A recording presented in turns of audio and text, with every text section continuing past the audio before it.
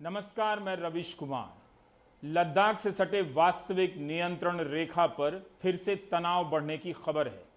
इस बार इसकी जानकारी रक्षा मंत्रालय ने ही अपने आधिकारिक बयान के जरिए दी है। इस बयान में कहा गया है कि डी-एस्केलेशन यानी तनाव कम करने के लिए पीछे हटने की प्रक्रिया के दौरान कल रात गलवान घाटी में आक्रामक तरीके से आमना सामना हो गया। इसमें दोनों तरफ के लोगों के जान का नुकसान हुआ है। भारतीय पक्ष के अफसर और 2 जवानों की मौत हो गई। मौके पर दोनों पक्षों के वरिष्ठ सैन्य अधिकारियों की बैठक चल रही है ताकि तनाव कम किया जा सके।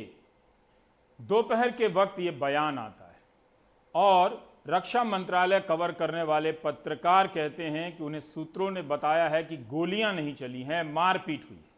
इस झड़प और मारपीट में सेना के एक अफसर और 2 जवानों की शहादत हो जाती है। दूसरी तरफ उसी वक्त एएफपी समाचार एजेंसी की तरफ से चीन का बयान आता है। बीजिंग की तरफ से भारत पर आरोप लगाया जाता है कि उसने सीमा पार कर चीन की सेना पर हमला किया, जिसमें चीन के जवानों की मौत हुई है। फिर खबर यह आती है कि रक्षा मंत्री राजनाथ सिंह ने chief of defence staff Bipin Rawat, सेना के तीनों अंगों के प्रमुखों के साथ एक समीक्षा बैठक की है। इस बैठक में विदेश मंत्री एस जयशंकर भी शामिल थे।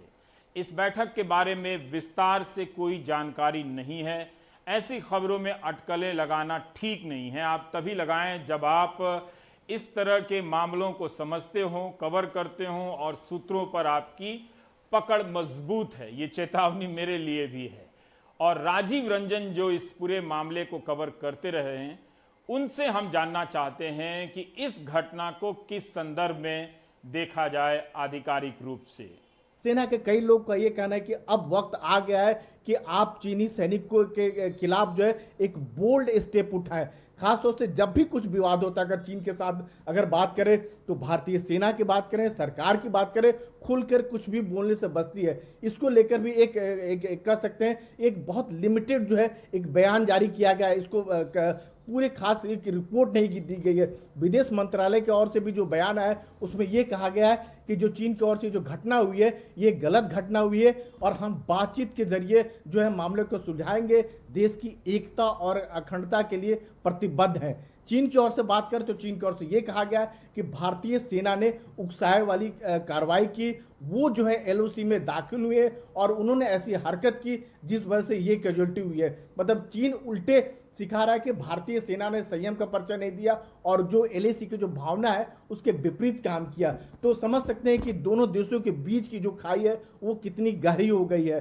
तो साफ है कि अब चीन को लेकर सरकार और सेना को दोनों को समझना होगा कि क्या रणनीति अपनाई जाए। 1962 का चीन नहीं भूलना चाहिए, जिन्होंने धोखे से हमारे इलाके में कब्जा किया था, हमला किया था और उसकी परिणति क्या हुई। आज तक उस दर्द को न तो सेना भूल पाए हैं और न ही कोई भारतीय भूल पाए हैं। लेकिन हमारी सेना 1962 वाली सेना नहीं है। अब सेना काफी हद तक बदल चुकी है और चीन को कुछ हद तक कह सकते हैं या करारा जवाब देने में सक्षम है। दोनों को जो है सेना और सरकार को यह सोचना होगा कि चीन से आखिर कैसे निपटे और अगर वाकई में आपसी विश्वास की बात होती है, बातचीत से मामला सुलझाना चाहते हैं तो जमीन पर उसका असर दिखनी चाहिए, सेना की कार्रवाई में नजर आनी चाहिए। आपको बता दें कि सेना के जवान साफ तौर पर कहते हैं कि जो चीनी सैनिकों का रवैया जो होता है सरहद पर वो एक प्रोफेशनल आर्मी की तरह नहीं होता है, वो अशोभनीय होता है। कई बार ये बाकायदा कहते हैं बार बार झड़प होती रहती है और यहाँ झड़प हो रहा है। इस होना इसलिए भी मायने रखता है कि 1962 के बाद इस इलाके में पहली बार इस तरह की झड़प हुई है जहां 3 सैनिकों की शहादत हुई है। इससे पहले अरुणाचल में 1975 में हुआ था। तो समझ सकते हैं कि हालात बहुत अच्छे नहीं है जैसा दावा किया जा रहा है। दरअसल मई के महीने से ही वास्तविक नियंत्रण रेखा पर तनाव की खबरें आने लगी थीं।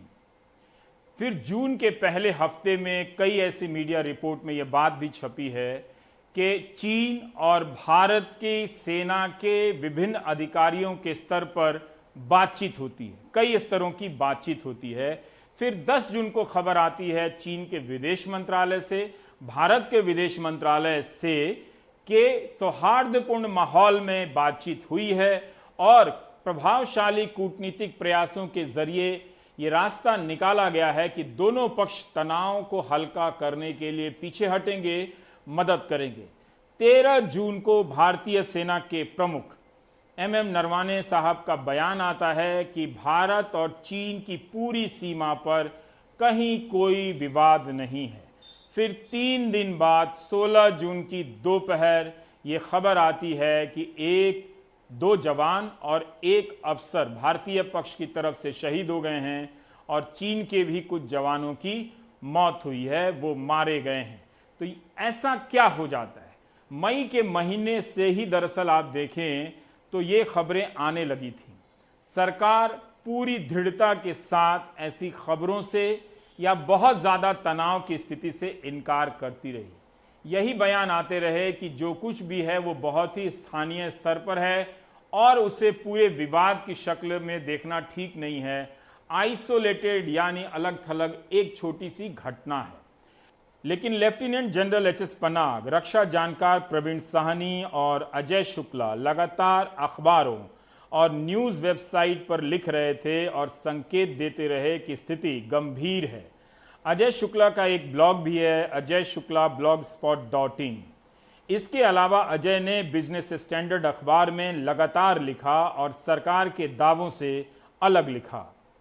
अभी चंद रोज पहले टेलीग्राफ अखबार में संकर्षण ठाकुर ने लिखा कि कैसे कारगिल के वक्त भी हालात में चिंगारी, हवा में चिंगारी नजर आ रही थी, मगर उससे इनकार किया जा रहा था और बाद में वो आग की लपटों में बदल गई। मैं इन सब के नाम इसलिए ले रहा हूं क्योंकि ये रक्षा के विषयों को निरंतरता के साथ कवर करते हैं। इनके लिए ये रोज देखने का मामला है मुझसे अलग।